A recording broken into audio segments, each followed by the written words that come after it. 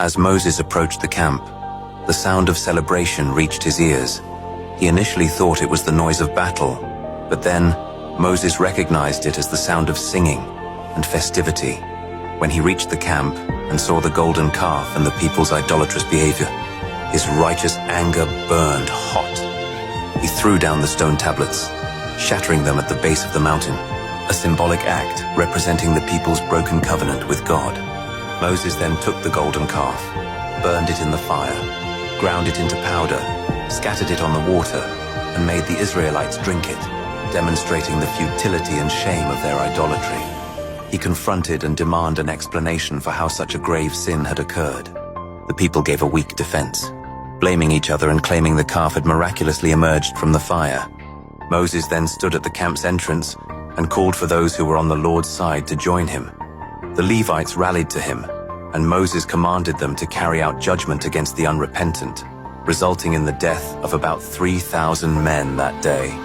This decisive action reaffirmed the seriousness of their covenant with God and the need for holiness. Do you know who is the only person who has seen the back of God?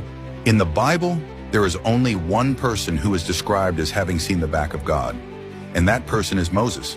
Moses had an extraordinary relationship with God, often speaking to him as a friend. But even Moses couldn't see God's full glory. In Exodus, Moses boldly asked to see God's glory. However, God told him, "You cannot see my face, for no one may see me and live." Instead, God placed Moses in the cleft of a rock, covered him with his hand as his glory passed by, and then allowed Moses to see his back.